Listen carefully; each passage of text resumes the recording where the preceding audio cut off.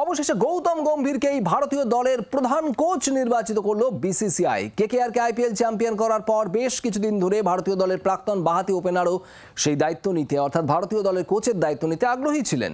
অবশেষে মঙ্গলবার সরকারিভাবে গম্ভীরকে কোচ করার সিদ্ধান্ত জানিয়ে দিলেন বোর্ড সচিব জয় শাহ।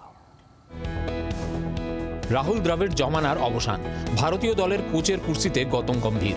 বেশ কিছুদিন ধরেই জল্পনা চলছিল যে প্রাক্তন এই ভারতীয় ব্যাটার রোহিত কোহলিদের কোচ হতে পারেন।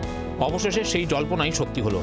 শোনা যাচ্ছিল রাহুল দ্রাবিড়ের পর গম্ভীরই কোচ হিসাবে পছন্দ বোর্ড সচিব জয় শাহের। প্রত্যাশা মতোই এক্স হ্যান্ডেলে পোস্ট করে নতুন কোচের ঘোষণা করলেন বোর্ড সচিব।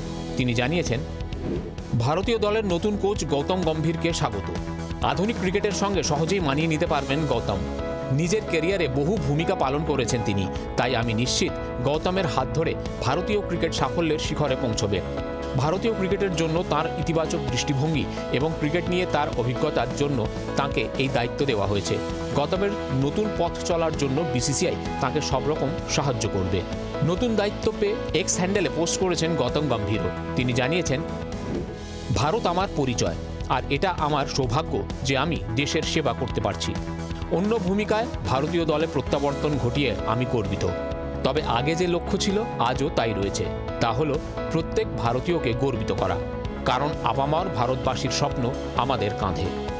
ভারতীয় কোচের পদে নিযুক্ত হওয়ার পরে গম্ভীরের সামনে রয়েছে বিশ্ব টেস্ট চ্যাম্পিয়নশিপ, চ্যাম্পিয়ন্স ট্রফি সহ দেশে বিদেশে একাধিক সিরিজ।